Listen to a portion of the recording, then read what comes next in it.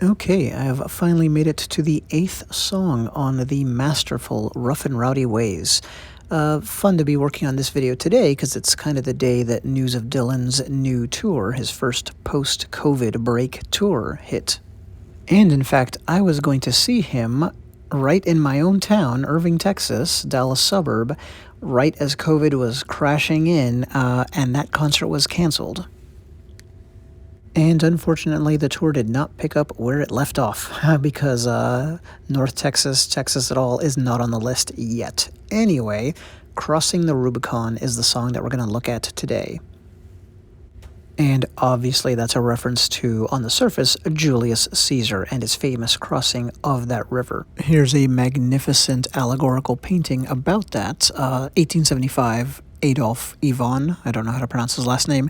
Anyway, the song title leaves no ambiguity about the fact that Dylan is once again going to be playing with classical Greek and Roman history, Roman in particular here, of course. That has really been a touchstone for him at this point in his career and on this album. But it's Bob Dylan, so you better believe that's not the only history that's going to get touched on. That's why you're seeing a imagining of the sinking of the Titanic here, but we'll get to why later. First of all, the song is a very bluesy musical number. It's got kind of a slow, steady swagger to it. It reminds me a lot of early Roman kings from the album Tempest, because that was also a very overtly bluesy song in terms of musical style that played on Roman history.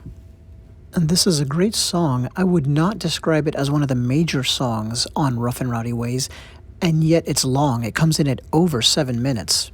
That's 466 words over 36 lines, 9 stanzas.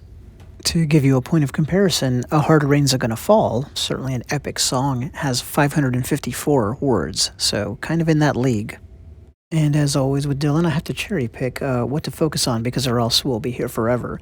Opening line, I crossed the Rubicon on the 14th day of the most dangerous month of the year.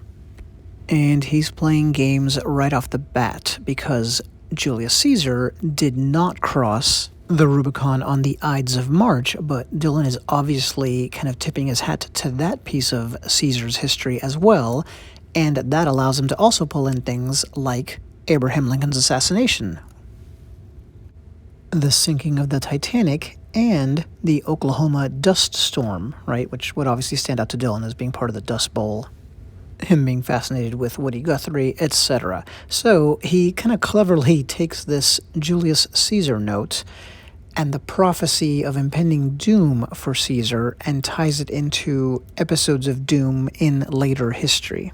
So the most dangerous month of the year is April, because it was April when those 3 things happened, and on the 14th. By the way, you're looking at a strip of wallpaper from the room that Abraham Lincoln died in, and my YouTube channel is the only place you will ever see that.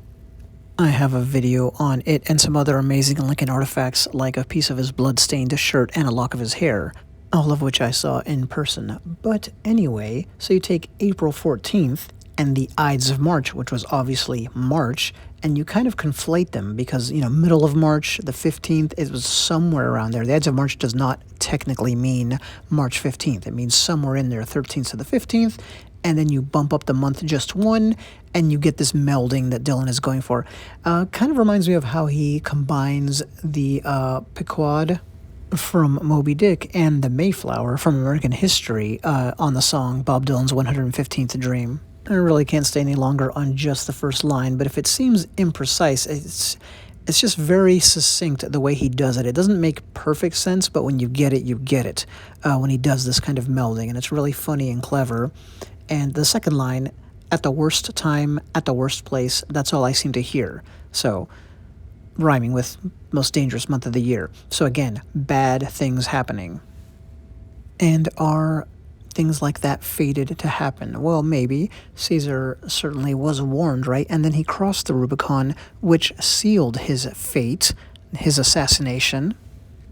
By crossing the Rubicon in 49 BC, he was basically declaring war on the Republic and trying to set himself up as a dictator, became an emperor, and that's what he was killed for, as seen here.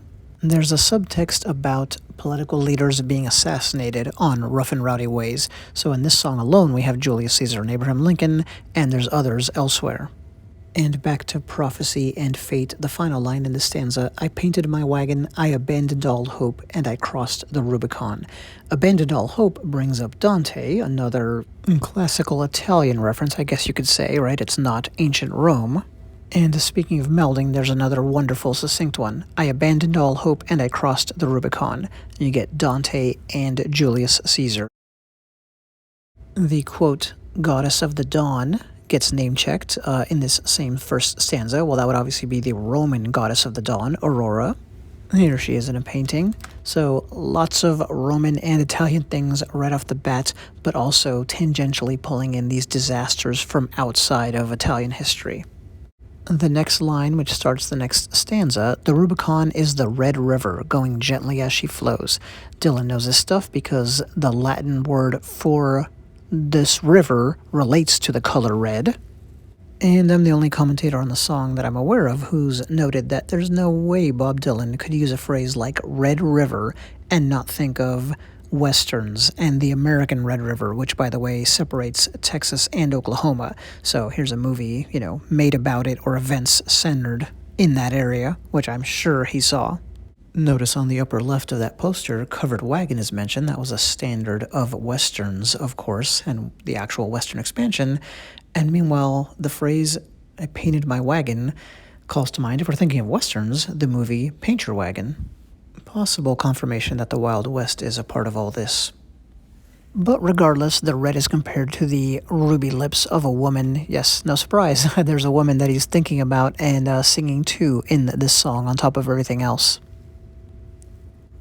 Now we get confirmation, I think, that Dante's a player in this song because the line is 3 miles north of purgatory, 1 step from the great beyond. Well, there's no way Dylan's using the word purgatory in a song steeped with Roman/Italian history and not thinking about Dante. The concept of sin, of course, is directly tied to that work, right?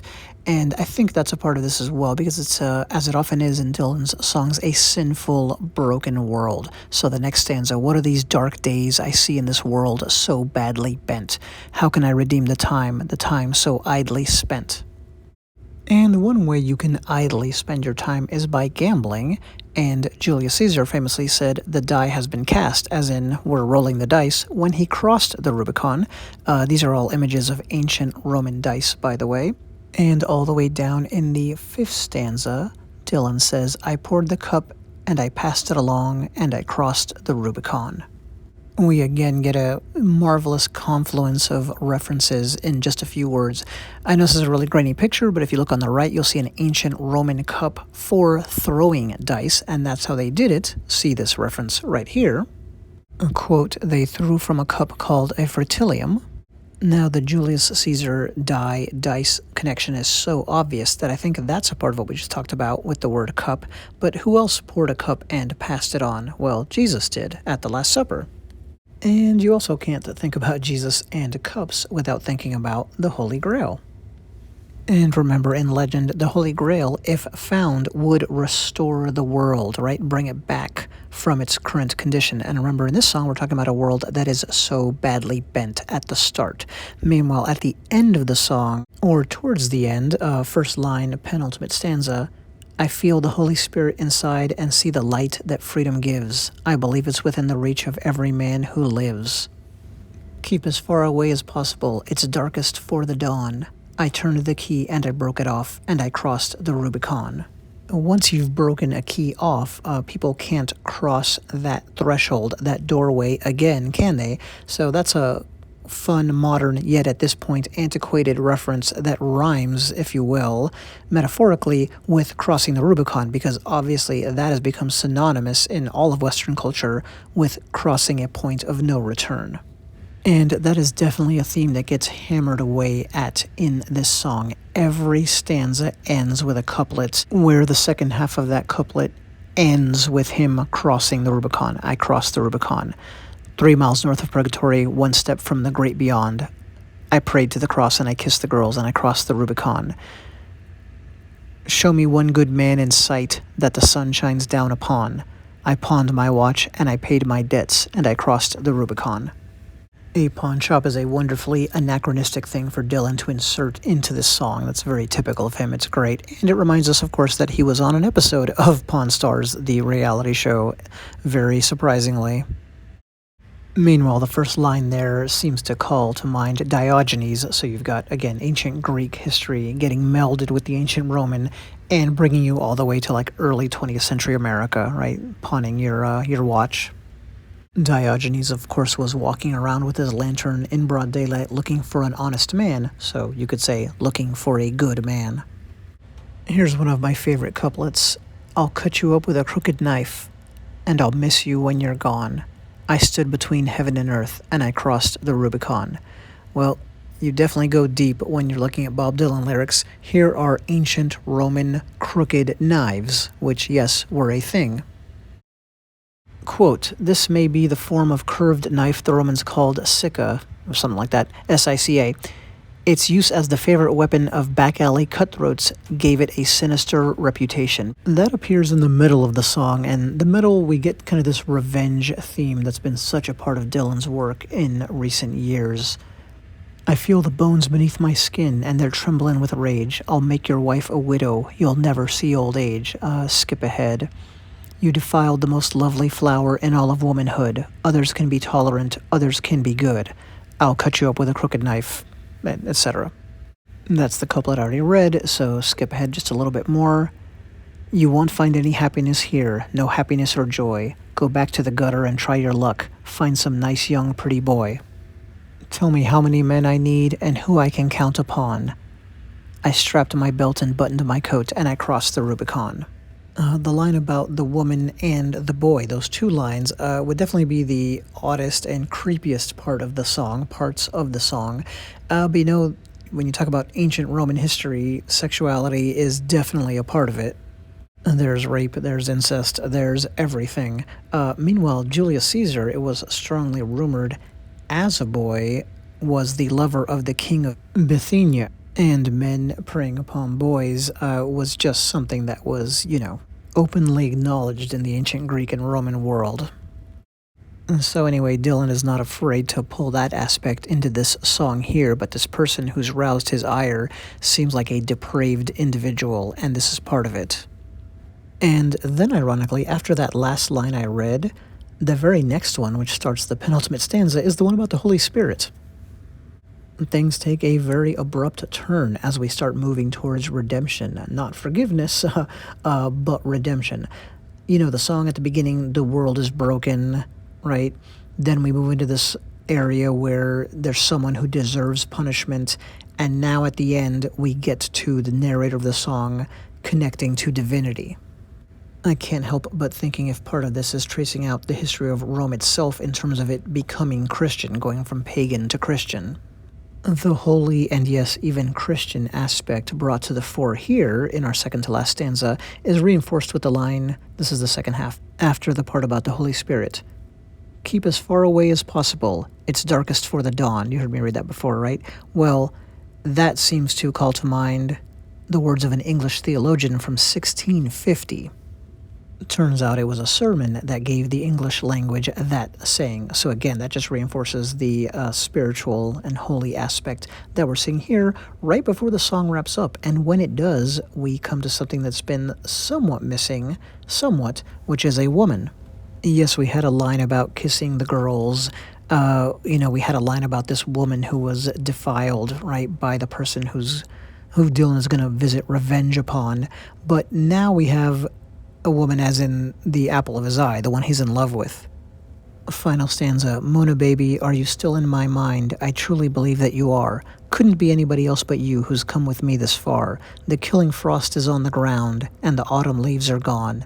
I lit the torch, and I looked to the east, and I crossed the Rubicon. And yeah, as you noticed, reading Mona made me think of the Mona Lisa. Of course, that's part of Italian history. Maybe a Renaissance note to match Dante. I'm not thinking that's actually what he was doing there, but couldn't help but think it. Regardless, the bigger theme is something that he's returned to over and over again, especially late in his career. You know, the madness of the world, the corruption. He escapes from it with his love. But it's interesting, pretty much whenever he does that, it's not in the kind of standard songwriting love sense. It's not sappy. It's actually in more of a blues-based manner. It's, me and my woman. As one of the reviews from the album Together Through Life correctly pointed out, Dylan's prescription for bad times seemed to be a woman, a bottle, and a juke joint. It's definitely more of a rough and tumble and less sentimental version than I think a lot of songwriters would use. And it reinforces him, Dylan, the narrators of these various songs, whatever, as this old traveling bluesman. And what's really interesting is that bluesman, travels through time in so many different ways, like this song does here. One foot in the ancient classical world, one in the modern age, whether it be in a bluesy bar or at a pawn shop or at the sinking of the Titanic or the assassination of Abraham Lincoln, etc. And there's a rhyme and a reason to all the, space-time continuum jumping, right? If for one thing we have this connection with assassinations, Julius Caesar, JFK, obviously the song Murder Most Foul on this same album, that masterpiece, Abraham Lincoln, McKinley. That's a thread that runs through this song and the album. And speaking of it running through the album, watch my video on False Prophet, where I think I'm the only person who actually decoded that song, and I think that brings up an air of political assassination, specifically a politician worthy of assassination, a contemporary one. That song and this song and other songs we could name from this era in Dylan's catalog keep going back to this very guilty person, someone who's done so many wrongs. And yes, Dylan revels in this revenge fantasy about that person or persons. Looking back to ancient history, did Julius Caesar deserve what he got? Well, the song seems agnostic on that, but it certainly points out that it was bound to happen. It was going to happen at some point once Caesar crossed the Rubicon, once he attacked the Republic. And sorry, but you're crazy if you don't think that one of the things Dylan is saying here is that our Republic is under attack at this time in American history. That's why Abraham Lincoln and these other figures are there, but Lincoln specifically, obviously, that was the other notable time that the American Republic was under attack, as opposed to, the nation itself at large, like World War II. Meanwhile, this song is certainly obsessed with crossing a point of no return. Does Dylan think we as a society, as a republic, have crossed a point of no return? Or is it just him personally in moving on? Because if you notice towards the end of the song, he's thinking about God, he's thinking about his woman, he moves past his obsession with how broke the world is, the people who deserve punishment for that. And I think that's a through line in this late stage of his career as well. It really starts to make sense once you step back. It was a long, long time ago that Dylan didn't stop caring about the world in his art, but stopped being so earnest about how he had to change the world, right? He became older, more jaded, and he does still care, but only to a certain point. It's clear, you can see this kind of note in his movie Masked and Anonymous as well. He knows humanity has been here before, right? History kind of being cyclical. He's definitely pointing that out. That helps you care a little bit less. He's not insistent on trying to change the world, but he does not like where it's going and does indulge in fantasies about punishing those who are responsible for the current downturn. But he's more of an observer now, one with a wry outlook, and he's gonna go to his woman, head off with her, escape into that, escape into his music, escape into the lost America that he loves so much. A quote from Modern Times, "I'm going where the southern crosses the yellow dog," so that's a blues reference. "Get away from these demagogues." So this really has been around for a while now in his work. Modern Times came out in 2006. The movie Masked and Anonymous came out in 2003. Go back to that if you want to see about demagogues and the decline of America. Mickey Rourke plays a particularly vile, sleazy demagogue who becomes president and who's deeply insecure, and who is driven to con people into voting for him and accumulate power based on that insecurity and to build this political cult of personality. Talk about prescient. And then, I'm showing an image from Shadow Kingdom, his fantastic surprise streaming concert slash music video. And in that, which was made in the middle of the COVID lockdown, right, what did he go with visually, tonally? Well, this mystical juke joint kind of standing outside of time and space, normal time and space, which is exactly what we were talking about earlier with Together Through Life and Modern Times and just everything else, right? His escape from our society's decline is the art that society, previously the same society, produced and that he fell in love with and that inspired him to get into music in the first place. It turns out very improbably that Crossing the Rubicon might be the best microcosm single song for what he's been doing for many years now and across several albums. Wow, I spent way longer on this than I thought I would. Crossing the Rubicon. Thank you.